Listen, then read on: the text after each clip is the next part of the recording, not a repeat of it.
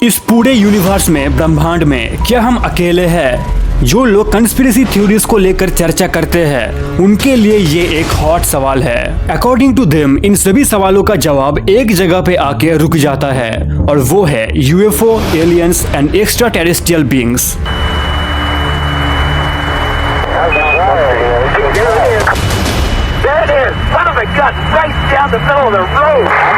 आम लोग अभी तक यूएफओ का जो स्टोरीज है उसको फिक्शनल बोल के इग्नोर कर देते थे, लेकिन बस कुछ ही दिन पहले प्रेसिडेंट डोनाल्ड जे ट्रम्प के ऑर्डर पे पेंटागन लगभग 170 फाइल्स रिलीज करता है। कुछ भी अनाउंसमेंट नहीं, कोई भी डिसीजन नहीं, बस 170 फाइल्स रिलीज कर दिया जाता है। उन सभी फाइल्स के थ्रू हम सबको जो कुछ भी पता चलता है उसके अकॉर्डिंग एक सॉलिड आंसर तो प्रोवाइड नहीं किया जा सकता है, लेकिन कुछ सवाल जरूर पैदा होता है। तो क्या एलियन हमारे आसपास ही है? पृथ्वी की इतिहास में साइंस का कितना सा पार्ट हमारे आंखों के सामने है? एंड जो सवाल हमने पहले किया था, क्या हम इस यूनिवर्स में अकेले हैं? आज की इस वीडियो में हम इन्हीं सवालों का जवाब ढूंढने की कोशिश करेंगे और देखेंगे कि हिस्ट्री हमसे क्या कहता है। क्या इन सभी चीजों पे बिलीव किया जा सकता है या फिर इन सभी फाइल्स को रिलीज करने के पीछे डोनाल्ड ट्रम्प का कोई पॉलिटिकल मोटिव है?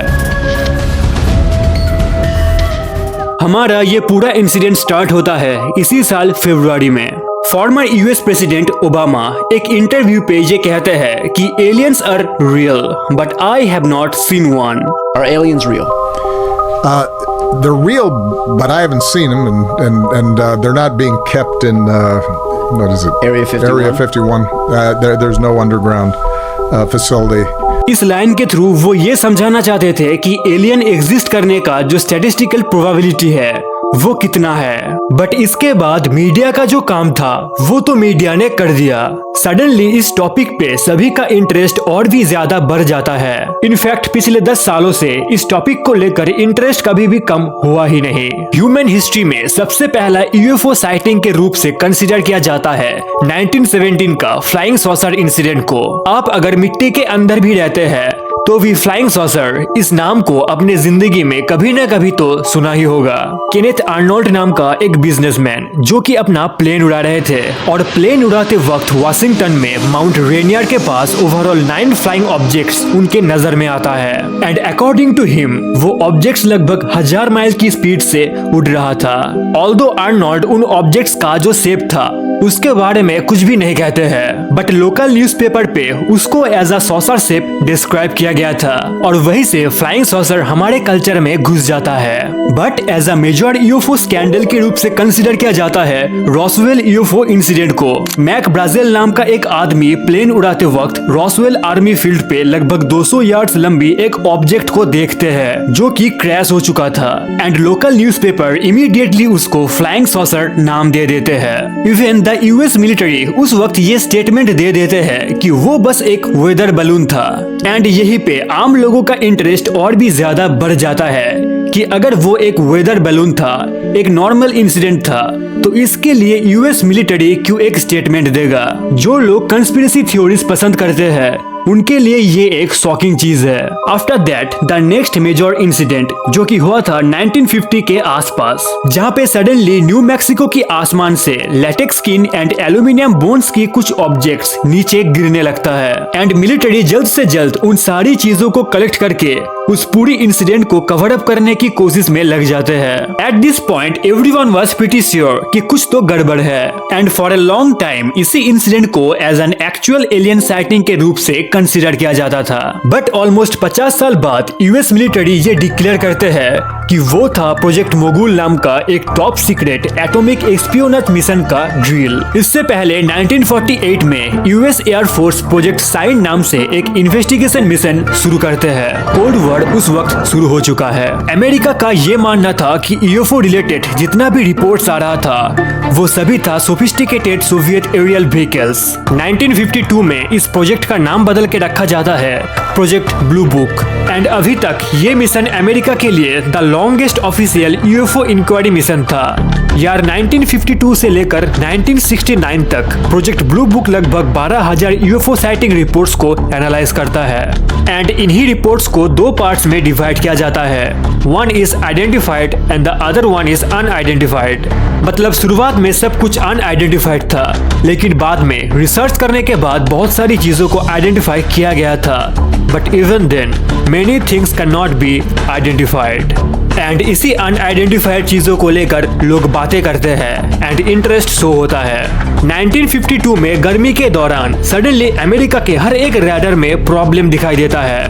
बहुत सारे लोगों को आसमान पे डिफरेंट टाइप्स ऑफ लाइट दिखाई देता है। It was traveling at fantastic speed. Series of 6 lights in the shape of a cross. It seemed to be rotating and it was hovering. There was a rim of light in the shape of a triangle. And naturally उस समय का newly established project blue book हिल जाता है।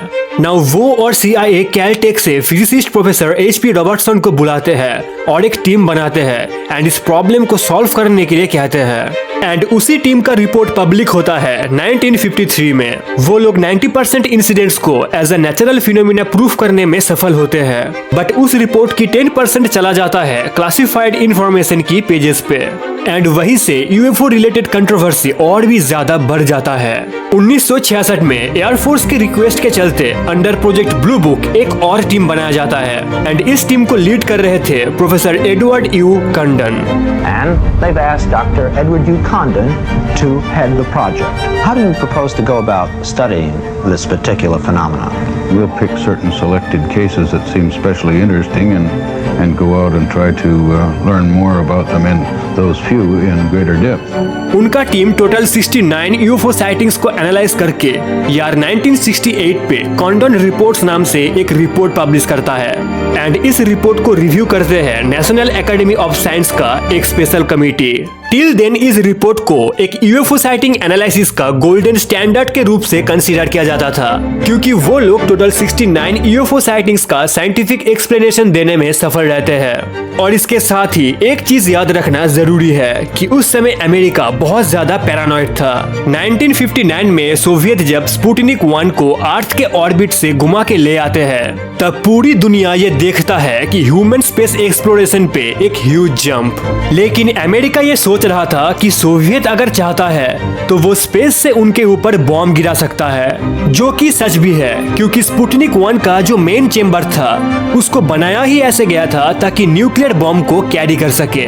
America चांद पे गया था साइंस को आगे बढ़ाने के लिए नहीं, बल्कि सोवियत को ये प्रूफ करने के लिए कि वो भी कर सकते हैं। यहाँ पे एक चीज नोटिसेबल है कि वर्ल्ड वॉर खत्म होने के बाद लगभग 40 साल तक अमेरिका के अंदर जितना भी एबनॉर्मल इंसिडेंट्स हुआ, आम लोगों के लिए वो था यूएफओ या फिर एलियन रिलेटेड चीजें। लेकिन गवर्नमेंट ये सोच रहा था कि शायद ये सोवियत द्वारा अटैक करने का कोई ब्लूप्रिंट है।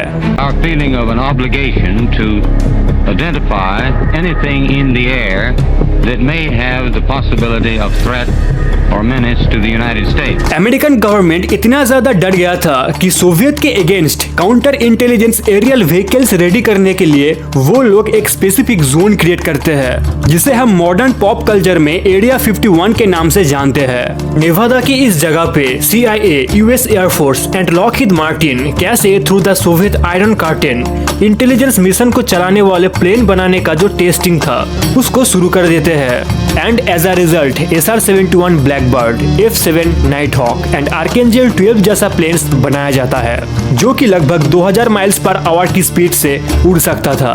एट दैट टाइम इतना तेज उड़ने वाला plane was truly unimaginable and इसी वजह से जो लोग इन सारी चीजों को देखे थे वो ये सोच रहे थे कि शायद ये यूएफओ होगा। लेकिन इंजीनियर J. Allen Hynek ये क्लेम करते हैं कि ब्लू बुक का वो 10% हिडन डेटा डेफिनेटली प्रूव कर सकता है कि एलियन या फिर यूएफओ एग्जिस्ट करता है या फिर नहीं, and maybe they are communicating with Earth. इससे पहले engineer J. Allen Hynek project blue book, project राज एंड प्रोजेक्ट साइन के साथ डायरेक्टली कनेक्टेड थे। अमेरिका के बाहर Canada, Soviet, Britain, Greece, Australia, हर एक देश से हर एक साल यूएफओ साइटिंग का रिपोर्ट्स आने लगता है, लेकिन कभी भी डेफिनेट आंसर नहीं पाया गया। फिजिसिस्ट एनरिको फर्मी एक पैराडॉक्स पेश करते हैं जिसे हम फर्मी पैराडॉक्स के नाम से भी जानते हैं। हमारा ये यूनिवर्स बिलियन साल पुरानी है एंड यहाँ पे ट्रिलियन स्टार्स है एंड अगर यहाँ पे 0.0001% पृथ्वी जैसा प्लेनेट है तो आज तक इस यूनिवर्स में बहुत सारे एलियंस रह चुके हैं, और ये एलियन रेसेस अगर कुछ मिलियन साल तक भी सरवाइव कर सकता है तो वो हमारी गैलेक्सी या फिर प्लेनेट पे कुछ ना कुछ निशान तो रख के ही जाएगा। लेकिन टिल नाउ हम $बिलियन स्पेंड करने के बाद भी कुछ भी हासिल नहीं कर पा रहे हैं। मतलब logically and statistically alien exist करना चाहिए, लेकिन इसका कोई भी प्रूफ हमारे पास नहीं है, और इसके पीछे भी टोटल 3 थ्योरीज है। Theory number 1, the great filter. According to this theory कोई भी स्पीसीज एक स्पेसिफिक डेवलपमेंट स्टेज पे जाने के बाद अपने आप को ही डिस्ट्रॉय कर देता है, जो कि करंट ह्यूमन सिविलाइजेशन कर रहा है, डिस्ट्रॉइंग इट्स ओन एनवायरनमेंट। और शायद हमारे पहले ही कोई एलियन सिविलाइजेशन ये सब ऑलरेडी कर चुका है,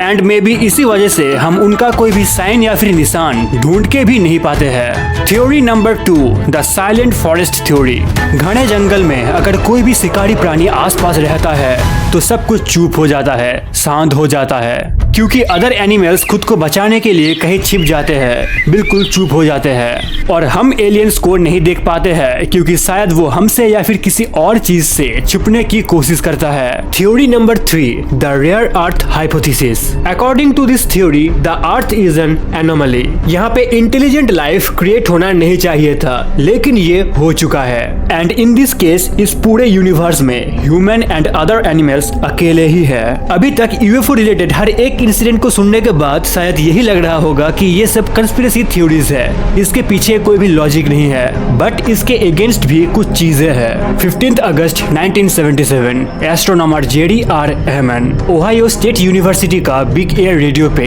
लगभग 72 सेकंड तक 1420 मेगाहर्ट्ज का एक सिग्नल काम करता है। बाकी सिग्नल से ये इतना ज्यादा अलग था कि प्रिंट आउट के दौरान जेडी इसके साइड पे एक बड़ा सा वाव लिख देते हैं, और वहीं से इसका नामकरण किया जाता है the wow signal. Normally space से इस ब्रांड का सिग्नल हम कभी भी नहीं पाते हैं। 1420 मेगाहर्ट्ज का सिग्नल आ सकता है हाइड्रोजन से, एंड हाइड्रोजन इस यूनिवर्स का सबसे ज्यादा अवेलेबल मटेरियल है। तो कोई अगर सिग्नल भेजना चाहता है तो सबसे ज्यादा समझदारी का काम यही होगा कि उसको हाइड्रोजन बैंड पे भेजा जाए। इसके साथ ही इस सिग्नल का जो फ्लक्चुएशन था वो था एग्जैक्टली हमारे रेडियो सिग्नल की तरह, random and loud. At that time वो टेलीस्कोप पॉइंटेड था टुवर्ड्स सैजिटेरियस कॉन्स्टेलेशन। सो सभी साइंटिस्ट इसका सोर्स ढूंढना शुरू कर देते हैं उसी डायरेक्शन पे, एंड यही से हम सबसे बड़ी प्रॉब्लम को फेस करते हैं। ये सैजिटेरियस कॉन्स्टेलेशन हमसे लगभग 2 से 9000 लाइट ईयर्स दूरी पे है। ये जो सिग्नल आया था उसको आने में लगभग 2 से 9000 साल लग गया था, और हम आज अगर वहाँ पे एक सिग्नल भेजते हैं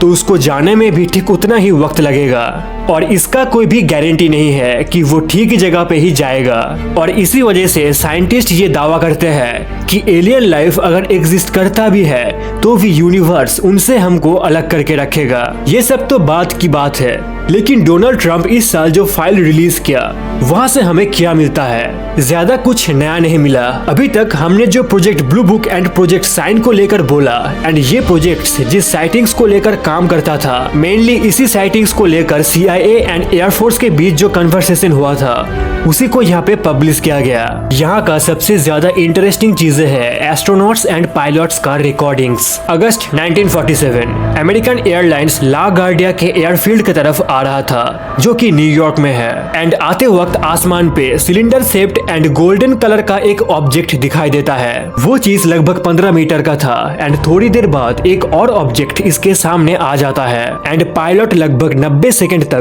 उसको देखते हैं। इसके पहले ये रिपोर्ट कभी भी नहीं आया था। इसके साथ ही जेमिनी 7 का एस्ट्रोनॉट जिम लोवेल का the famous we have a bogey conversation का जो प्रूफ था उसको भी अमेरिका रिलीज कर देता है। जिम लोवेल अर्थ की ऑर्बिट पे पहुंचने के बाद ग्राउंड कंट्रोल को ये बताते हैं कि वो एक बड़ा सा ऑब्जेक्ट देख पा रहे हैं, एंड इसके साथ ही और भी छोटे छोटे बहुत सारे ऑब्जेक्ट्स हैं। इनिशियली ग्राउंड कंट्रोल ये इन्फॉर्म करते हैं कि मे बी वो शिप का बूस्टर है, बट जिम लोवेल ये बार बार कहते हैं कि वो बूस्टर को भी देख पा रहे हैं और ये वो बूस्टर नहीं है। नाउ अपार्ट फ्रॉम दिस, जिस दिन यूएफओ फाइल्स को रिलीज किया गया था उस दिन बहुत सारे लोगों ने, बहुत सारे सेलिब्रिटीज ने ये ट्वीट किया था, पोस्ट किया था कि मानो बहुत बड़ा कांड हो गया है, but to be honest it's nothing much. Maybe this was another political game.